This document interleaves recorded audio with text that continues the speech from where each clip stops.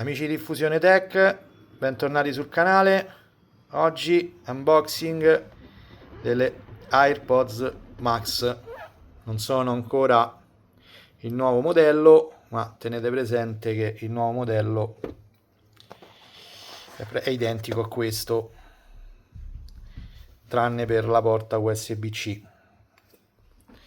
A essere onesti, almeno personalmente, questo colore blu mi piace più il vecchio del nuovo, ma le cuffie sono perfettamente